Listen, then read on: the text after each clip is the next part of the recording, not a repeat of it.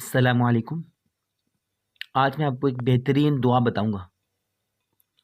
یہ دعا جسمانی اور بدنی تندرستی کے لیے بہترین دعا ہے۔ اللہ تعالیٰ کے رسول صلی اللہ علیہ وسلم اس دعا کو مانگا کرتے تھے۔ جو انسان اس دعا کو پڑھے گا صبح 11 مرتبہ اور شام بھی 11 مرتبہ، اللہ تعالیٰ اس کو جسمانی بدنی تمام بیماریوں سے محفوظ رکھیں گے۔ یہ دعا میں آپ کو پڑھ کے ابھی بتا دیتا ہوں، اور آپ کو اس ویڈیو میں نظر بھی آ رہی ہے۔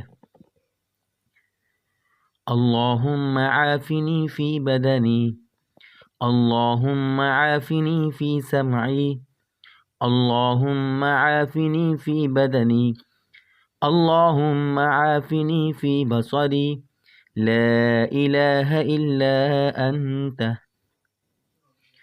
اللہم عافنی فی بدنی، اللہم عافنی فی سمعی، اللہم عافنی فی بصری۔ اے اللہ میرے بدن کو عافیت میں رکھ، اے اللہ میرے سماعت کو، میرے سننے کو عافیت میں رکھ، محفوظ رکھ، اور میری بصارت کو عافیت میں رکھ، میری بصارت کو ٹھیک رکھ۔ اے اللہ تیرے علاوہ اور کوئی معبود نہیں ہے۔